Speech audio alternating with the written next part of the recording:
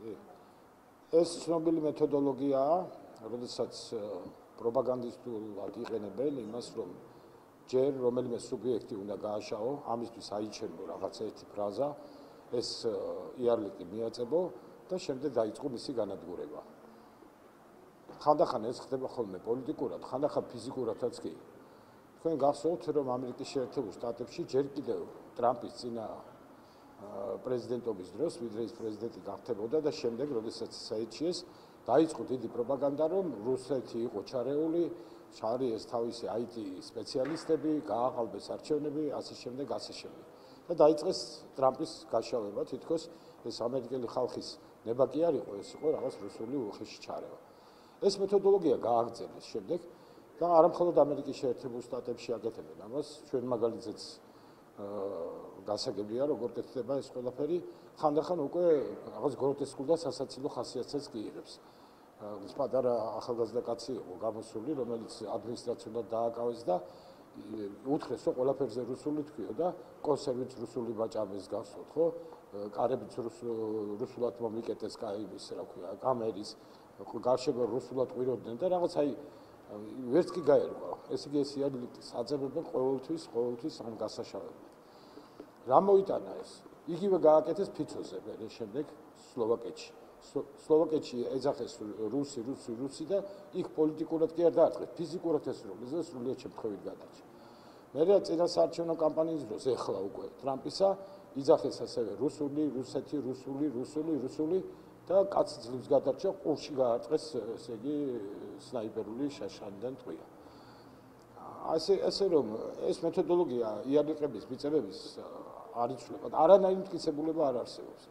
ახლა ამერიკის უსაფრთხოების სამსახურის ხელმძღვანელმა ჩაატარა გამოძიება და დადგინდა, რომ არავითარი კვალი იმისა, რომ ესე იგი რუსეთი ამაში მონაწილეობდა არ არის. ეს კიდევ საიდან მტკიცდება.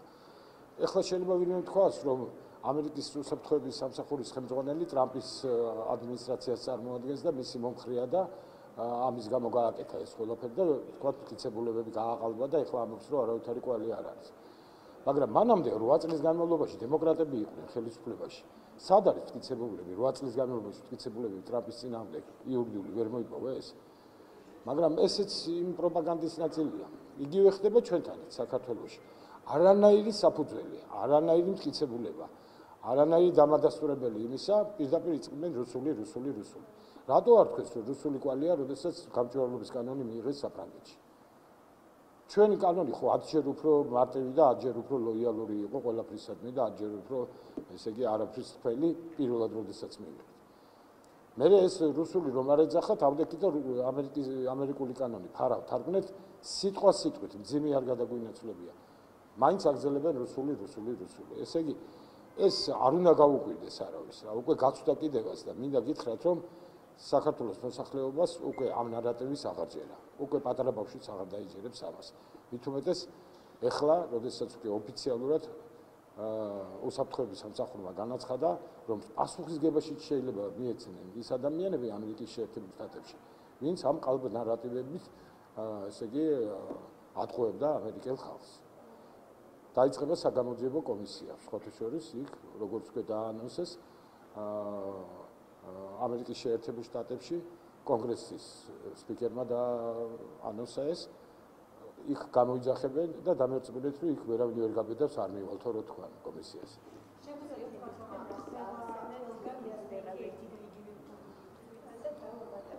კი, გეტ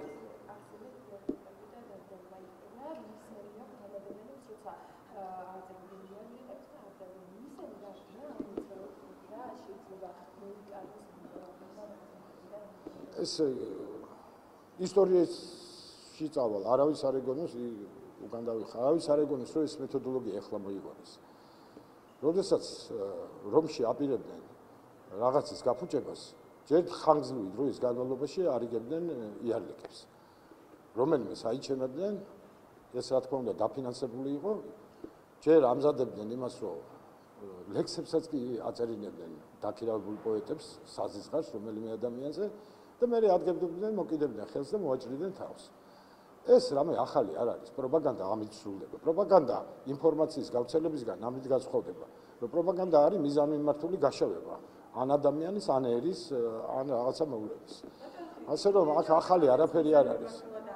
რა თქმა უნდა, არა, უყურეთ, ილია ჭავჭავაძე კარგად გაგახსენდათ. ილია ჭავჭავაძეს ვიდრე ტყვიას ეს ერთი წამით ის ისმინეთ. ახლა თუ თქვენ გონიათ რომ ილია ჭავჭავაძე ჩემზე კარგად იცნობთ, მე მოხარული ვარ, მაგრამ ავლაბარაკოთ. ხო, არა, მიხარია მეთქი, ხო არ ეთქვეშ არ დამიყენებია. უნდა იცოდეთ კიდევაც, ჩემმა შემდეგმა თაობად, ჩემზე კარგად თუ არ ისწავლა, ეს ვერ განვითარდება. ამიტომ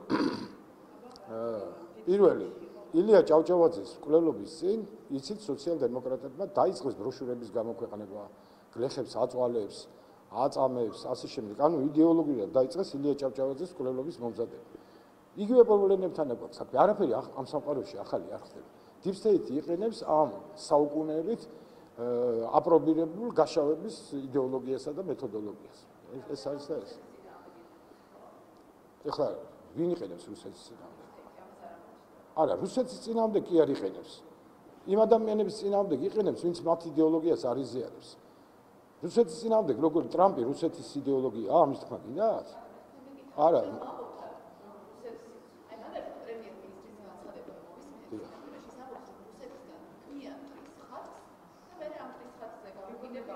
აი უყურეთ. ერთი სიტყვაც რო ერთი წამით მისმენთ, ერთი სიტყვაც რო გადაანაცვლოთ. უკვე პროპაგანდა ეს ინფორმაცია არ არის. პრემიერ-მინისტრმა თქვა, რომ რუსეთისგან ქმნიან მტრის ხატს, ისე მტრის ხატი არ არის შესაძლებელი და ამიტომ ქმნიან და ამიტომ აკეთებენ. ეს თქვა? აი ძალიან მძიმე შთაბეჭდილებას ნუ დამატოვებინებთ ხოლმე რა. კარგით რა, კარგით. სამარცხვინო. მტრის ხატს ქმნიან იმ ადამიანებისგან, რომლებიც არ თანამშრომლობენ რუსეთთან და ლაპარაკობენ რომ რუსეთ წაბიკითხეთ ხო, წაბიკითხეთ. კარგით.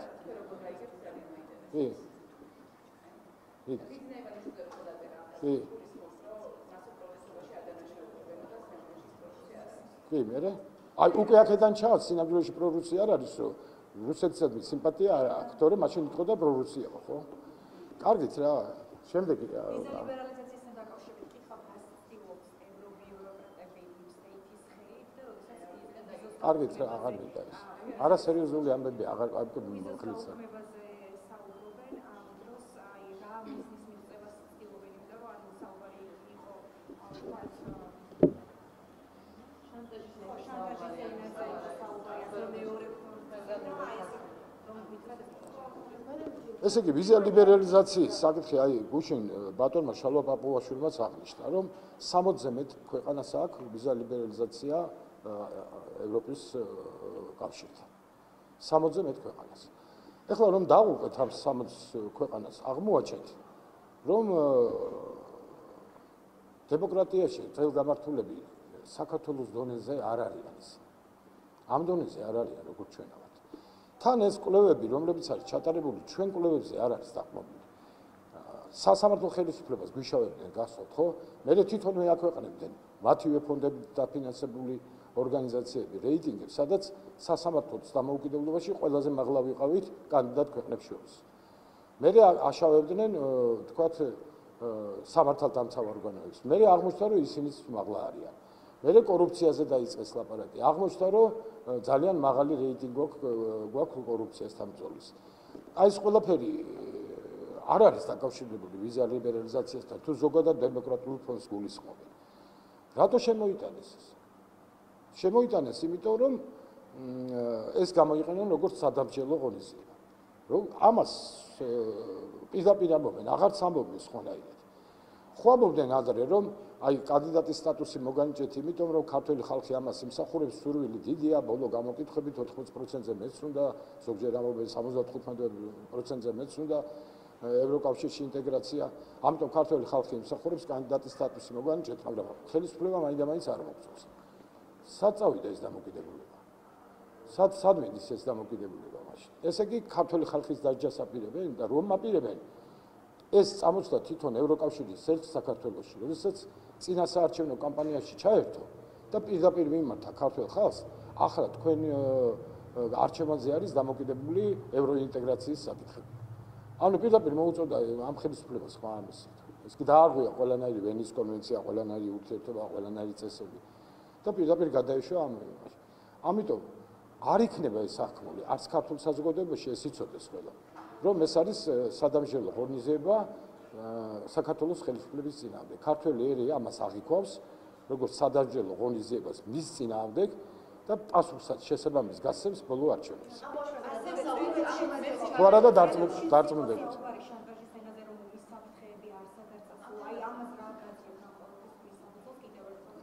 ომის საფრთხეები არ წასულა, იმიტომ რომ ფაქტი ერთია, რომ ასე სწრაფად თქვათ ეს კონფლიქტი, რომელიც შუაგულ ევროპაშია გაჩაღებული, არ მოხერხდა, რომ ის სწრაფად დასრულებული. იმიტომ რომ ინტერესები იმდენად არის გადახლართული, იმდენად ბევრი შავნელი ძალა არის ამაში ჩართული, ასე მოკლე დროში ამის განმუხტვა ვერ მოხერხდა. მიუხედავად იმისა, რომ პრეზიდენტ ტრამპს ეს ძალიან უნდა და ძალიან ცდილობს, რომ სწრაფად მოაგვაროს ეს საკითხები. მას ხელს უშლია როგორც თავისივე ქვეყანაში, ამერიკაში, ამ საკითხის მოგვარებაში, ასევე ევროპაში, deep state-ის ძალები და ბევრი სხვა ელემენტია ამაში ჩართული. აღარაფერს ვლაპარაკობ თვითონ რუსეთზე, რომელსაც ყოველთვის მილიტარისტული მისწრაფებები აქვს. იქ რა თქმა უნდა, პირველ რიგში არ უნდა ვეძებოთ მშვიდობის ყოფილობა, იმიტომ რომ რუსეთია. და რა თქმა უნდა, თავარი არის მათთვის ცეცხლის კალში ყავდეთ რუსეთი. ცეცხლის კალში ყავდეთ რუსეთი და ამაში მონაწილეობა მიგვაღებინონ ჩვენც. მიუხედავად ჩვენი რესურსისა, მიუხედავად ჩვენი მცირე რიცხოვნობისა, მიუხედავად ჩვენი მზადყოფნისა სამხედრო ოპერაციებში ჩართვის ფართომასშტაბიანი და ასე შემდეგ. მაინც ცდილობენ რომ ჩვენ ჩავერთოთ ამაში და ჩვენი განადგურების ხარჯზე, თვითგანადგურების ხარჯზე რაღაცა მათი პოლიტიკა გავატაროთ. ჩვენ ეს ვუთხარით. ჩვენ მხარს დაუჭერთ უკრაინას ნებისმიერ საკითხს. ასეულობით რეზოლუციას შეუერთდით. არ დაგავიწყდით, რომ მათ შორის ისეთ რეზოლუციას შეუერთდით, რომელსაც მისცა ჰააგაში სასამართლომ საშუალება, რომ სანქციაც კი გაეცა პუტინის დასაპატიმრებლად. იყო ეს ასე, იყო. კი არ შეუერთდით თან, სპონსორები ვიყავით ამ რეზოლუციის, ანუ ერთ-ერთი ავტორები ვიყავით. მსგავსი ასეთი საკითხებში მრავალჯერ დაუჭირეთ მხარი. ჰუმანიტარული მხარდაჭერა იქნება დაუჭირეთ. ტოლვილებისთან ურთიერთობა იქნება, რომლებიც უკრაინიდან არიან. თქვენ წარმოიდგინეთ, ხარჯავთ ჩვენ ფულს და არავის არ ვამატებთ, ეს ასე არავინ არ გამიგოს. უკრაინული სკოლების გავსებთ, ხო ჩვენ ხარჯზე და კიდე გავაგზავნებთ ამას და მხარდაჭერას გავაგზავნებთ. მაგრამ ეხლა იარაღი ხელში ავიღოთ და ჩავერთოთ სამხედრო ავანტიურაში, ამას არ გავაკეთებთ. ეს ნათელია და ამას მოითხოვენ, ადრე სიტყვიერად მოითხოვდნენ ჩვენთან. თუმცა ზოგიერთმა ვერ გაიგო აქ და მე მკითხა. ეხლა მამუკა მდინარეძემ თქვაო, რომ ეხლა ამას აღარ გვეუბნებიან, ესე იგი ამის საფრთხე არ არის. ეგ კი არა თქვა მამუკა მდინარეძემ. მამუკა მდინარეძემ თქვა, რომ იმდენად მიხსენ, რომ ჩვენ არ ჩავერთვებით, ჩვენი ხელისუფლება უკვე აზრი დაკარგა და აღარ გვეუბნებიან. მაგრამ რა თქმა უნდა, ამიტომ ამ რიტორიკაზე კი არ გესაუბრებიან იმისა, რომ შექმნან კანონიერი ხელისუფლების დამხობის წინაპირობები საქართველოში, რომ მოიყვანონ ისეთი ხელისუფლება, რომელსაც დიდი ჩიჩინი ამ ავანტურაში ჩართვისთვის აღარ დაჭირდება და პირდაპირ გადაიშვებიან ამ ავანტურაში. კი ბატონო.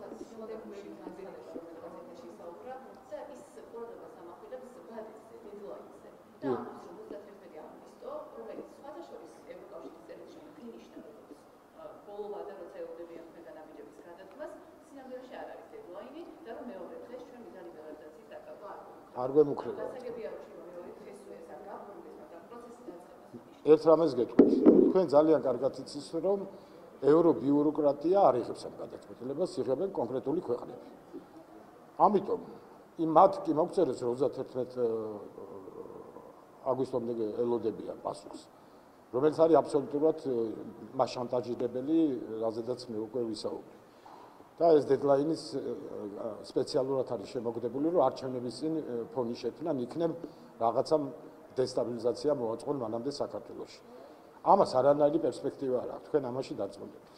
ეს დამთავრებული ამბავია. რაც შეეხება, როდესაც კონკრეტული ქვეყნები დაიწყებენ ამაზე შევლობას და გადაწყვეტილების მიღებას, მე მინდა ვიქონიო იმედი, რომ ამ კონკრეტული ქვეყნების ხელისუფლებები უფრო მეტ არგუმენტაციას მოითხოვენ და უფრო მეტ დასაბუთებულობას სანამ ამას ხელს აუწევენ.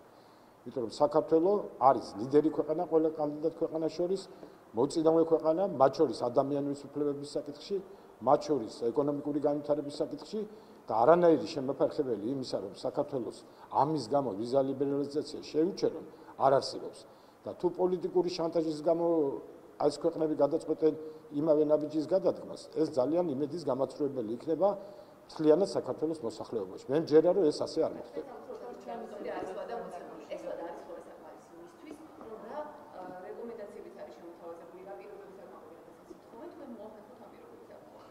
თუ თქვენ კიდევ ვერ გაიგეთ, ვისაც ეს კითხვებია, კიდევ ვერ გაიგო, რომ ის პირობები, რომელიც ამ ვიზა ლიბერალიზაციასთან არავითარ კავშირში არ არის და პოლიტიკური შანტაჟისთვის გამოიყენება. მათ შორის იმ ორი ცნობილი კანონის გაუქმება.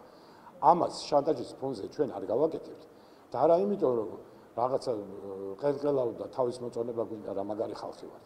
იმიტომ რომ ამ ორი კანონის გაუქმება დამღუპველად იმოქმედებს საქართველოს მომავალს.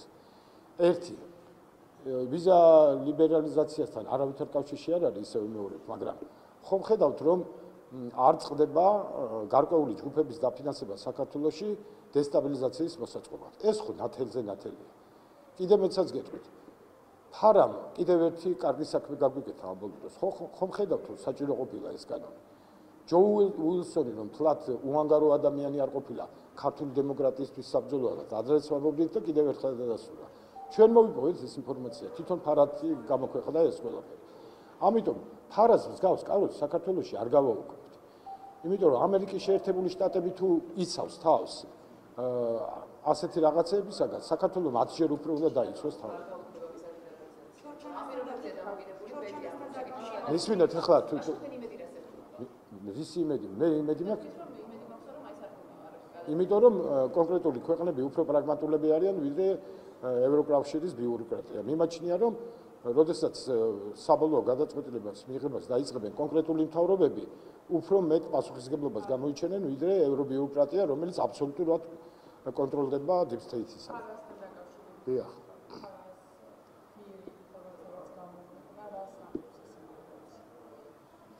არა, გასაგებია, რომ ესე იგი ჯო უილსონი უნდათ წარმოეჩინათ, რომ კაცი არის, ესე იგი საქართველოში დემოკრატიის აღორძინებით აფრთხილებული, საქართველოში დემოკრატიის აღორძინებაზე გადამკვდარი მებრძოლი და ეს ასე რომ არ არის, ეს ყოველ ნაბიჯზე ჩას. ეს პირველად არ ჩდება ფარაში. ადრეც იყო ხო თანხები შედარებით ნაკლები ვიდრე ახლა, მაგრამ გამოქვეყნებული, რომელიც როდესაც ჯო უილსონი ამ საქმიანობისთვის იღებდა. ამიტომ ყველამ კარგად უნდა დაინახოს, მათ შორის ჩვენი მოსახლეობაც ხედავს. მე ჯო უილსონის პიროვნების დასახასიათებლად სულაც არ მჭირდებოდა ეს ბოლო ინფორმაცია. მაგრამ ეს კარგი არის ქართველი ხალხისთვის. ამით ჩვენ ქართველ ხალხს ვეუბნებით, აი ეს კანონმდებლობა არ არის საქართველოში გასაუქმებელი. ეს ჩვენი უსაფრთხოების ფუნდამენტია. თქვენ ჩვენ მოქალაქეებო რომ იცოდეთ, ვინ იღებს უცხოეთიდან ფულს, რაში იღებს ამ ფულს და რაში ხარჯავს, ეს არის გარანტია საქართველოს უსაფრთხოებისა. აი თქვენ რომ იცოდეთ მოქალაქეებო. ამიტომ ამას ჩვენ არ გავაუქმებთ და არც კი დავფიქრდებით ამ თემაზე.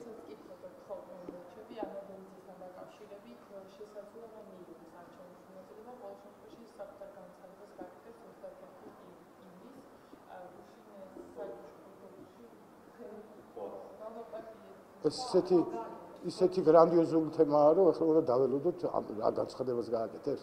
არ არის ის იმ მასშტაბის პოლიტიკოსი და არც იმ მასშტაბის პოლიტიკური ორგანიზაცია ყავს, რომ ახლა ჩვენ გულის ფანცქარით ველოდოთ რა ტიპის განცხადებას გააკეთებს. ღმერთმა ხელი მოუმართოს, რაც ეს გააკეთოს.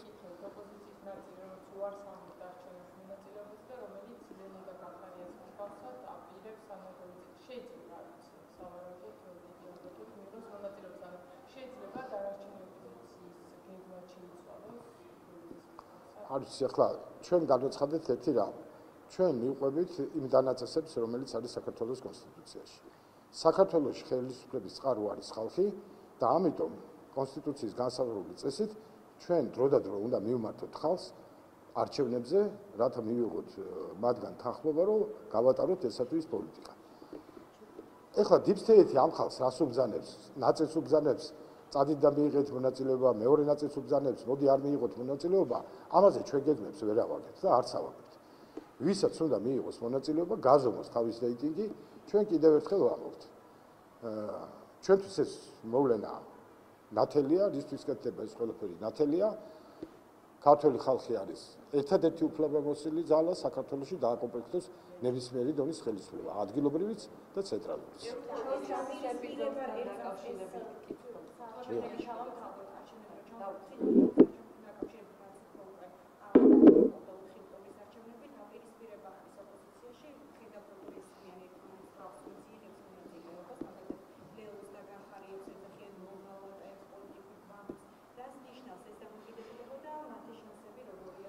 ესე იგი, ამ პოლიტიკურ ორგანიზაციებში ეგოიზმი იმდენად დიდია, რომ მიუხედავად იმისა, რომ პატრონებმა შეიძლება ხანდახან მოუწოდონ, რომ ასე მოიქეცით, ისე მოიქეცით, ისინი ამ ეგოიზმს ვერ ვალავენ და ვერც ზიზღს ვალავენ ერთმანეთის წინააღმდეგ.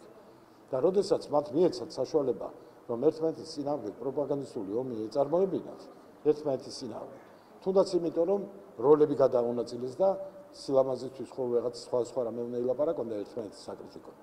უკვე ზღვარიც კი ვეღარ დაიცვეს და რა ვიცი, ისეთ სიტყვებით მოიხსენიებენ ერთმანეთს, რომლებიც წარმოუდგენელია.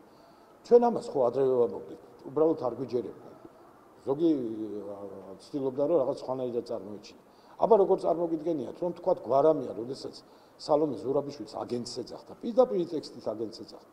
იმ დანარჩენ სიტყვებს აღარ ვამბობ, იმიტომ რომ ის იმდენად უხამსი სიტყვებია, ამას ხელ ვერ გავიმეორებ. მე შეიცვალა ეს აზრი? არაფერს არ შეუცვლია, რა მე სიყვარული დაემართა მის მიმართ, ამ პატივისცემა დაემართა? არა, რა თქმა უნდა. და როგორც კი საშუალება მიეცათ, ისევ იმავე ფრაზეოლოგიით ჭამენ ერთმანეთს. და კიდევ ერთხელ მინდა იმას დაუკავშირო, რომ ამიტომ ატყუებდნენ ისინი ქართულ ხალხს. მაშინ და ვამბობდით, რომ ხალხო, ესენი გატყუებენ ერთი და იგივე ძალა, ეგოისტურად შეპყრობილი ძალა, შეიძლება ერთმანეთს აგინებდნენ, მაგრამ იმდენად დესტრუქციული ძალა, ესენი კარგს ვერაფერს ვერ გააკეთებენ. ისინი ამბობდნენ, რომ ჩვენ არა გვაქვს იმხელა ძალა, რომ რომელიმე ერთმა პარტიამ უმრავლესობა მოიპოვოთ საქართველოში, მაგრამ აი ოპოზიციას მოგვეცით ყველამ ხმა და მე ჩვენ კოალიციას გავაკეთებ და ერთობლივად ვართავთ საქართველოს. აბა ეხლა გადახედეთ ამ ხალხს და უცებ წარმოიდგინეთ ამათი ერთობლივი მთავრობა ან ახაც გაატარებდნენ, ან ამ турбулентულ და ცეცხლში გახურულ სოფლიოში ამნაირი ხალხისთვის თუ შეინდებოდა და მათი ერთობისთვის საქართველოს მომავალის ნდობა. ხო, მოვლაპრები.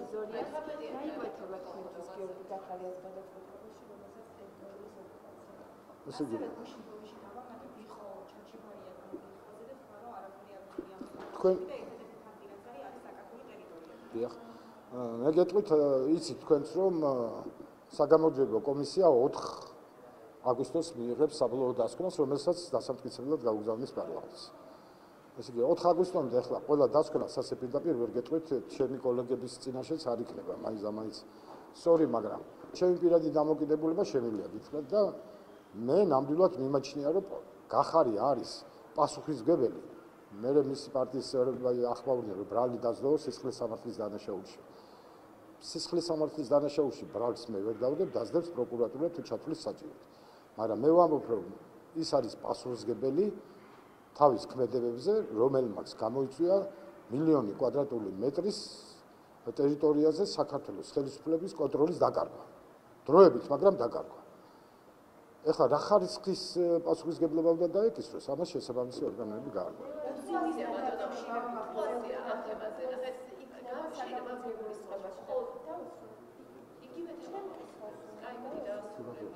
არა, თქვენც კი პასუხი.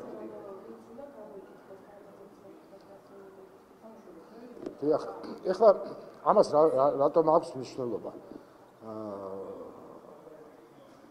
რა თქმა უნდა, საქართველოს პროკურატურამ აბსოლუტურად დეტალურად უნდა შეისწავლოს ეს საქმე. ყველა მტკიცებულება, ყველა ადამიანი, ვისაც შეუძლია ინფორმაციის მოცემა და მაშინ იყო ხელისუფლებაში და გადაწყვეტილებების მიმღები იყო. ამიტომ მე მივესალმები, რომ ასე დეტალურად სწავლოს და დარწმუნებული ვარ, რომ ყველა ეს დეტალი იქნება შესწავლილი და შესაბამისად მიენიჭება შემდეგ კვალიფიკაცია. ამიტომ იზორიას გამოძახებაც არის სწორი გამოძიებაში, იმიტომ რომ ყველა ადამიანი, ვინც რამე ინფორმაციას ფლობს, უნდა იყოს გამოქვეყნებული, უნდა იყოს გამოკითხული.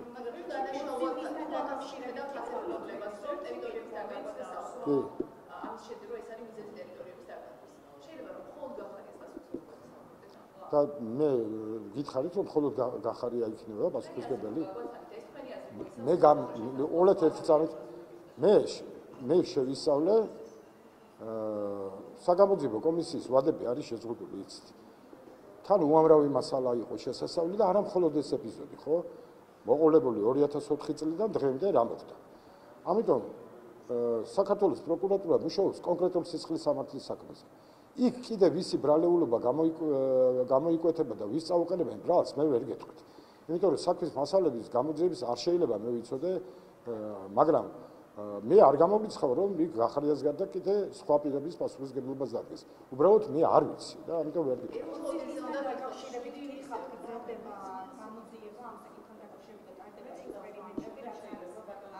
კარგი, აი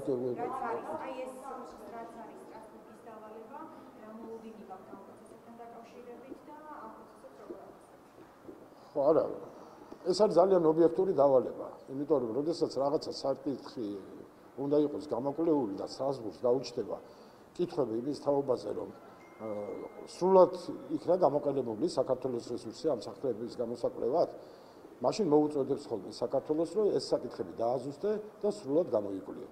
ამიტომ ეს იყო აბსოლუტურად სწორი მოწოდება და ამაზე სახელმწიფო მოახდინა რეაგირება და უფრო დეტალურად მოახდენს ამ საკითხების გარკვევას. ეს არის ძალიან კარგი, ჩვენ სტრასბურგის სასამართლოს დობა გვაქვს, ვიცით და რა თქმა უნდა მის მითითებას ზედმიწევნით შევასრულებთ.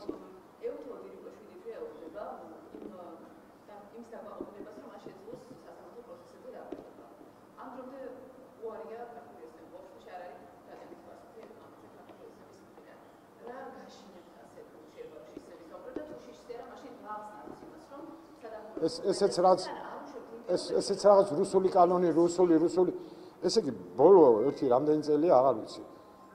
12 წელია შეშინებულების გვეძახით და სადნახეთ ერთ შეშინებული ჩვენი ორგანიზაცია. აბა როგორ ახსნით რომ ეს შეშინებული ჩვენი ორგანიზაცია 12 არჩევნებს თუ 11 არჩევნებს იგებს ეცეთ. როგორ ახსნით იმას რომ ეს შეშინებული ორგანიზაცია იგერიებს 4 რევოლუციას. და როგორ ახსნით და შემიძლია კიდე ბევრი რამე სხვა გითხრათ. არაფრის შიში არ გაგვეჩნია.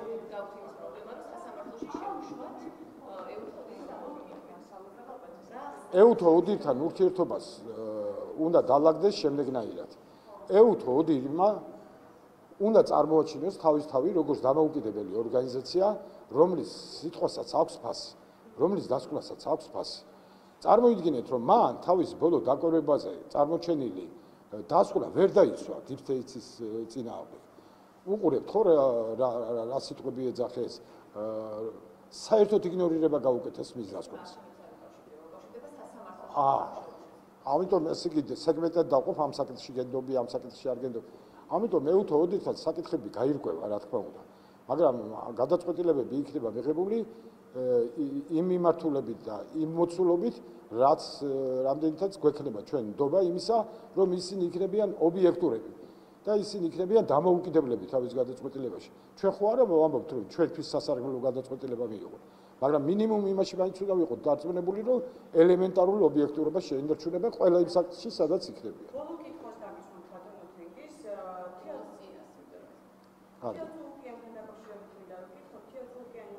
მანუკა ჟორჟორიანს, თუმცა საგამოძიებო კომისიის თავმჯდომარე არ უარყოფს, რომ მამამისი ხალხს სიკვდილით სჯიდა და ობს მხოლოდ რაოდენობაზე, რამდენი ადამიანის დამკვეთის გადაწყვეტილება მიიღო აღნიშნულ სულუკიანმა.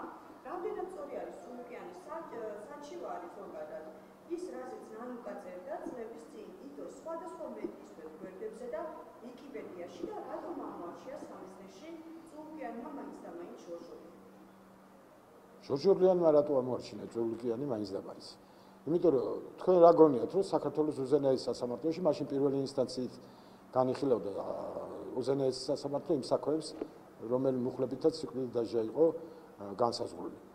ჭულუკიანის გარდა სხვა მოსამართლეები ვერ აღმოაჩინეს მთელი იმ წლების განმავლობაში, რომელსაც სიკვდილით დაჟა აქვს გამოტანილი, რაღა მაინდა მე ჭულუკიანი არჩია. ამიტომ დანარჩენი რამდენად ობიექტური იყო, რამდენად აწონვადია ეს ცილის ამება, ამას სასამართლო გაარკვევს. ამიტომ ამაზე მე ახლა არ ვილაპარაკებ და დარწმუნებული ვარ, რომ ნანუკა ჟორჟორიანს მოუწევს სერიოზული პასუხის გაცემა სასამართლოს წინაშე მის მიერ გაცემული არასწორი ინფორმაციის გამო. არასწორი რაოდენობის გამო, ბატონო. არასწორი ინფორმაციის გამო. რა მოცულობა, მაგას გეუბნებით, მე სასამართლოს ხომ ხო არ მიმყავს. რა მოცულობის იყო ეს არასწორი ინფორმაცია და კონკრეტულად რაში მდგომარეობდა, ამაზე ებრძელოს სასამართლო.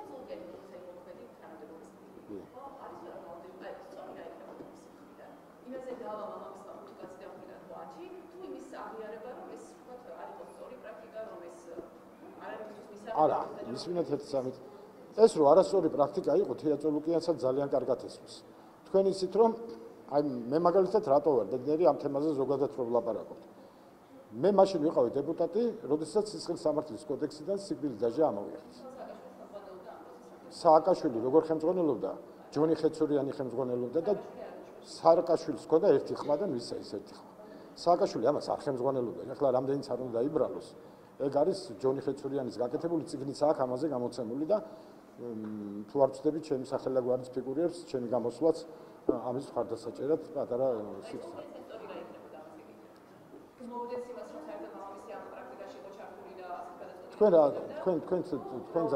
თქვენ ძალიან არასწორად ეს პრაქტიკა საქართველოში კი არ იყო, იგივე ბალტიისპირეთში იყო, მთელი საბჭოთა კავშირის მასშტაბით იყო, სიკვდილის დაჟე იყო ჩვეულებრივი პრაქტიკა.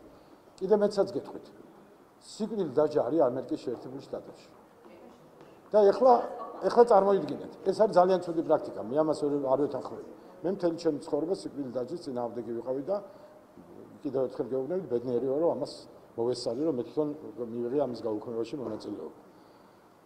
მაგრამ ეხლა რა ვქნათ, ვეცეთ იმ ამერიკის შეერთებული შტატების მოსამართლე.